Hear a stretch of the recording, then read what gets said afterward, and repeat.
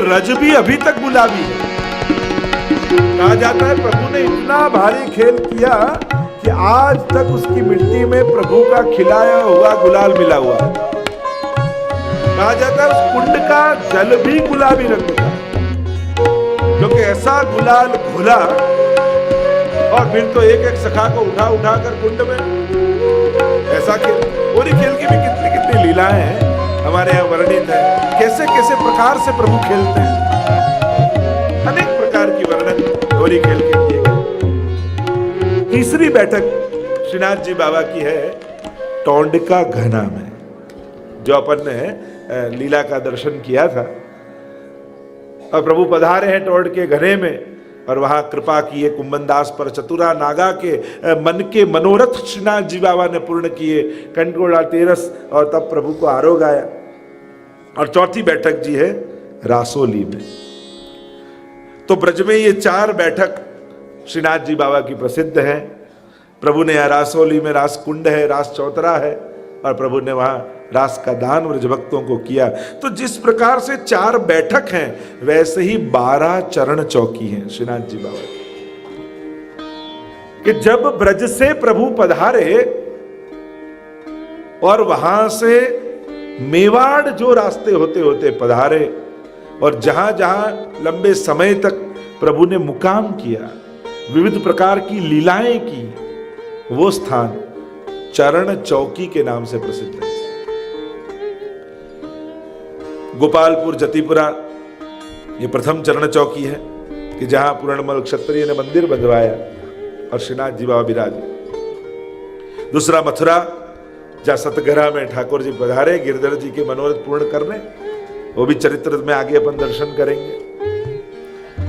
तीसरा आगरा में कि जब गिरिराज जी से पधारना शुरू किया तो कहा जाता है कि पहला मुकाम आगरा में किया, और वहां श्रीनाथ जी बाबा अन्नकूट आरोगे, तो वहां की चरण चौकी प्रसिद्ध है।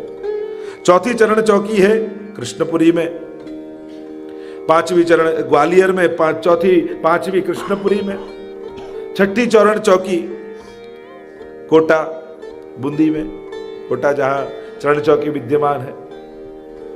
सातवीं चरण चौकी किशनगढ़ में विराजमान है, जहां महाप्रभु जी का चित्र जी मूल विराजमान है। आठवीं चरण चौकी चापासैनी में जोधपुर के पास, वहां श्रीनाथ जी बाबा विराजे, वहां भी अन्नकूट आदि की भावना बताई गई। आगे सिंहाड़ में, नाथद्वारा में, उदयपुर में और घसियाड़ में, ये 12 चरण चौकियां प्रसिद्ध हैं श्रीनाथ जी बाबा की। और कहा जाता है कि वहां आज भी श्री जी विराजमान ही है, क्योंकि प्रभु की लीलाएं नित्य हैं। पुष्टि मार्ग का एक सिद्धांत स्पष्ट रूप से समझ लो, और वो है नित्य लीलावाद का सिद्धांत, कि प्रभु का नाम रूप गुण लीला धाम ये सब ही नित्य है। नित्य मीन्स इटर्नल, शाश्वत है। जैसे प्रभु शाश्वत है, वैसे प्रभु की लीलाएं भी शाश्वत है। એટલે કે ઠાકોરજીએ જે જગ્યાએ જે લીલા કરી હોય એ જગ્યા પર એ લીલા અખંડ રૂપે ચાલે છે। उस स्थान पर वह लीला नित्य है, शाश्वत है। मतलब भगवद लीलाओं को ऐतिहासिक दृष्टि से नहीं देखना चाहिए, भावात्मक दृष्टि से देखना चाहिए, क्योंकि इतिहास भूतकाल होता है, भगवान इतिहास नहीं, भगवान शाश्वत છે। એમ કહેવાય કે ભગવાન આટલા વર્ષો પહેલા હતા, ના, એ તો છે જ, वो तो अखंड है, शाश्वत है, इटर्नल है। तो जहां जहां जो जो, इसीलिए हमारे यहां सेवा क्रम में भी है, जो तिथि पे प्रभु ने जो जो लीलाएं की उसको सेवा क्रम में दोहराया जाता है। अरे पाटोत्सव होय આપણો થયો હોય તો એ દિવસે પાછો મનાવીએ। આપણે ત્યાં તો ક્રમ એ સુદ્ધા કે જે દિવસે 56 ભોગ પણ તમે આરોગાયો હોય એનો ઉત્સવ પાછો દરેક વર્ષે એ દિવસે વિશેષ રૂપે ઉજવાય। जैसे श्री जी में भी 7 स्वरूप आदि का मनोरथ, ये मनोरथ, वो मनोरथ, जो प्राचीन समय में भी मनोरथ किए गए वो सभी मनोरथों को मनाया जाता है, क्योंकि उस दिन वह मनोरथ पुनः प्रभु करते हैं, वह लीला पुनः करते हैं। मनोरथ થઈ ગયો એમ ના કહેવાય, मनोरथ तो થતા જ રહે। मतलब हमारे यहाँ ये माना जाता है और शास्त्रों का विधान है, नित्य लीलावान। ये सभी लीलाएं शाश्वत। ब्रज में भी जो जो स्थानों में ठाकुर जी ने जो जो लीलाएं की हैं, वह सभी लीलाएं आज भी चल रही है। जो अजब कोरी बाई के साथ चौपाट श्री जी बाबा खेलते, तो आज भी चौपाट धरी जाती है और आज भी ठाकुर जी अजब के साथ खेलते हैं। जो ताज बीबी के साथ श्रीनाथ जी बाबा शतरंज खेलते, तो आज भी श्री जी के साथ खंडपाठ में शतरंज बिछाई जाती और सेवा क्रम में आता है, आज भी खेलते, आज भी वो लीला होती। तो ये सब लीलाएं शाश्वत हैं। जो जो प्रभु को भोग आरोह गाया गया, जो जो मनोरथ किए गए, उस दिन को पुनः पुनः मनाया जाता है। प्रति वर्ष उस दिन को विशेष रूप से मनाया जाता है। टिप्पणी में सेवा क्रम में उसको लिखा जाता है। और इसीलिए तो सब सेवा क्रम अलग अलग बने हैं अपने। क्या घરની રીત, પેલા ઘરની રીત, આ બધું જુદું કરવા માટે નથી, પણ જે જે સ્વરૂપો સાથે જે જે મનોરથો થયા, જે જે ઉત્સવો ઉજવાયા, એ ઉત્સવને કાયમ માટે એ રીતે ઉજવવામાં આવે છે। અને એટલા માટે આ જુદા જુદા ક્રમ બને છે। એ જુદાપણું નથી, એ એની વિશિષ્ટતા છે। યુનિકનેસને भागला के जुदापणे नहीं गणवाय, नहीं यूनिकता है, एक विशेषता है। वह उसकी विशेषता है, वह उसका आनंद है। पर अमे जुदा, अमारो क्रम जुदो, आ जुदा पाड़वा माटे नहीं। लोग उत्तम बातों को भी कैसे अलग ढंग से स्वीकारते। तो ये विशेषता है श्री जी की लीला। तो जैसे चरण चौकी भी चर्चा आई, अब श्रीनाथ जी के गुणगान करने जाओ तो अनेक विध प्रसंग, जैसे श्रीनाथ जी के हरिराय महाप्रभु जी ने चरणारविंद की भी भावनाएं बताई। जो 16 चिन्ह है, तो बने तो जा समय रहा तो देखे, नहीं तो कल देखेंगे। आपने क्या उतावल से, अभी कल का दिन भी बाकी है। तो श्री जी के चरण चिन्ह की भावना, क्योंकि श्रीनाथ जी का गुणगान करने हम एकत्रित हुए हैं, तो सभी जब लीलाएं देख रहे हैं, भाव भावनाएं देख रहे हैं, स्वरूप की भावना देखी, पीठिका की भावना देखी, वैसे ही हरिराय जी ने चरण की भी भावना बताई। जब तमने एम कहो कि श्रीनाथ जी ना चरण नु स्मरण करो, तो हम आंख बंद करीने तमे शुं विचारो? प्रश्न करूं छुं, तमे शुं विचारो आम आंख बंद करी? तो ये चिन्हों की भावनाओं का चिंतन करना चाहिए, क्योंकि श्री जी के चरणारविंद के एक एक चिन्हों का जब आप स्मरण करते हो, तब वह चिन्ह विशेष रूप से आपको फलदान करते हैं। तो दोनों प्रकार के चरण चिन्ह की भावनाएं बताई गई, दक्षिण चरण और वाम चरण। एक में 9 चिन्ह है दक्षिण चरण में, और वाम चरण में 7 चिन्ह है। तो वैसे 16 चिन्हों की भावना हरिराय जी ने बताई। श्रीनाथ जी बाबा के तो चरण भी कैसे अलौकिक है, तो उसकी भी चर्चा हमारे यहां की गई। जैसे चरणारविंद की जो भावना का दर्शन करें संक्षिप्त में, तो श्री जी के चरण में अनेक चिन्ह हैं। जैसे कंदरा के चिन्हों की हमने चर्चा की, वैसे ही विशेष महत्ता चरणारविंद के चिन्हों की भी बताई गई है। वैसे तो जब दर्शन करते हैं, तब सबसे पहले दूर से श्री जी के नखचंद्र का दर्शन करना चाहिए।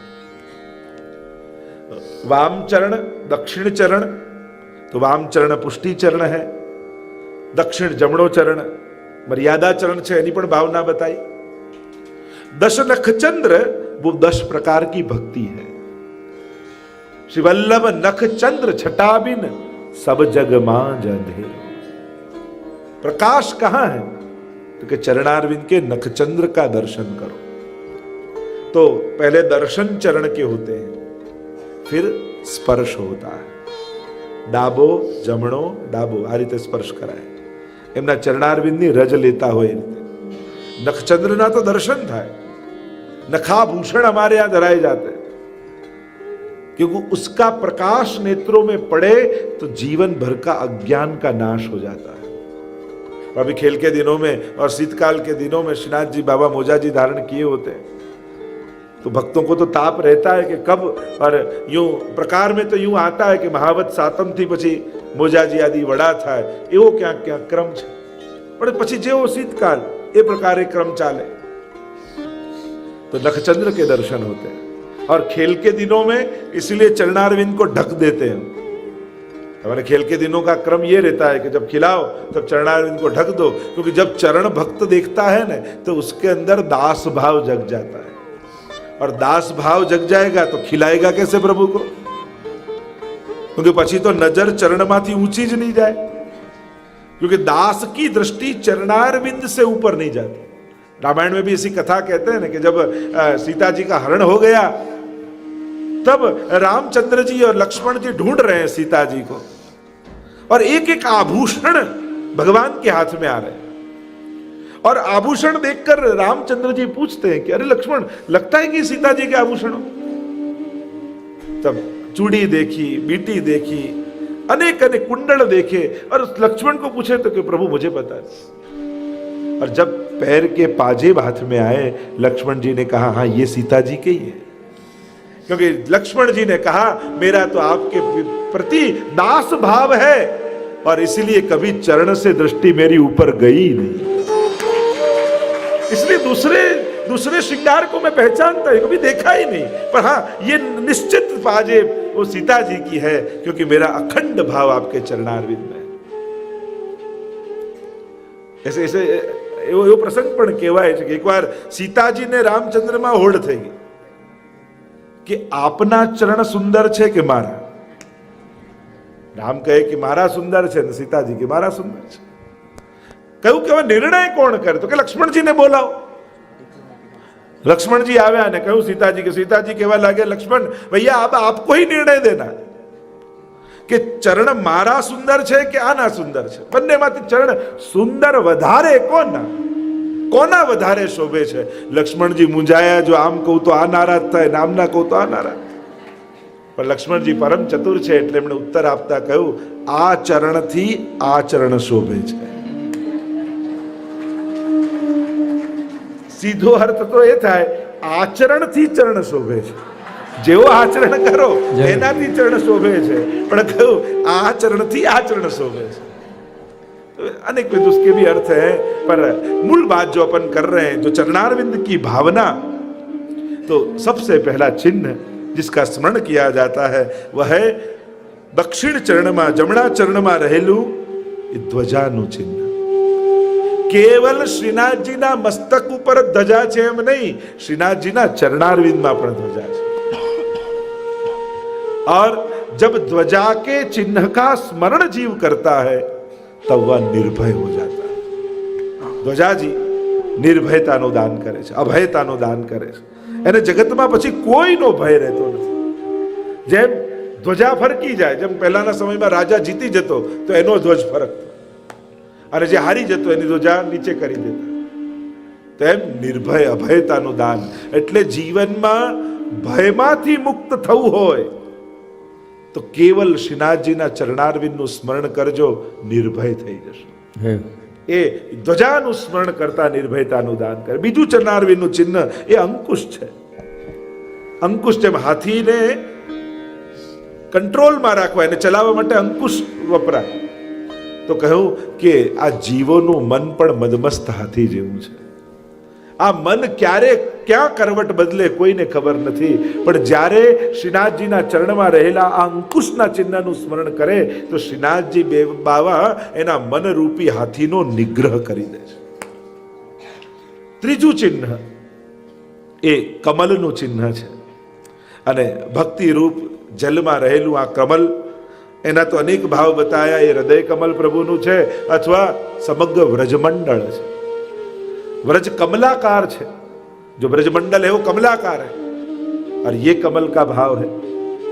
हृदय कमल है, भक्तों के हृदय कमल को चरणारविंद में रखते हैं।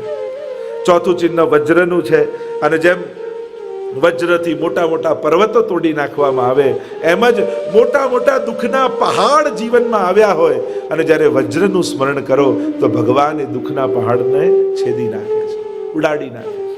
अब अनेक अनेक चिन्हों की चर्चा आगळ स्वस्तिक નું ચિહ્ન છે, અને સ્વસ્તિક એ સર્વ મંગલકારક છે। જીવના જીવનમાં મંગલ પ્રસરાવે. એટલે શ્રીનાથજીના ચરણારવિંદમાં રહેલા સ્વસ્તિકનું સ્મરણ કરો તો તમારું જીવનમાં મંગલ થાય. મંગલ રૂપ હરિ છે, અમંગલનો નાશ થાય. આગળ અષ્ટકોણનું ચિહ્ન છે, એ અષ્ટવિધ ઐશ્વર્યનું દાન કરનારું છે. જ્યારે આ અષ્ટકોણના ચિહ્નનું સ્મરણ કરો ત્યારે તમને અષ્ટવિધ ઐશ્વર્ય મળે છે. જવનું ચિહ્ન છે, ધાનનો રાજા છે, અને પ્રભુના શરણે આવેલા જીવને ધન ધાન્યથી ભરી દે છે ઠાકોરજી. એને ક્યારે પણ જીવનમાં કોઈ પ્રકારનો અભાવ નથી આવતો.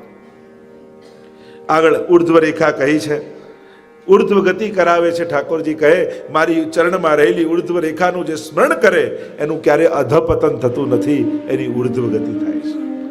અને નવમું ચિહ્ન એ કલશનું છે. એ કલશ હૃદયમાં રહેલા ભક્તિરૂપી જલથી ભરેલું છે. અને જ્યારે એ કલશનું સ્મરણ કરે છે ત્યારે ભક્તિ રસથી ઠાકોરજી એના હૃદય કલશને ભરી દે છે.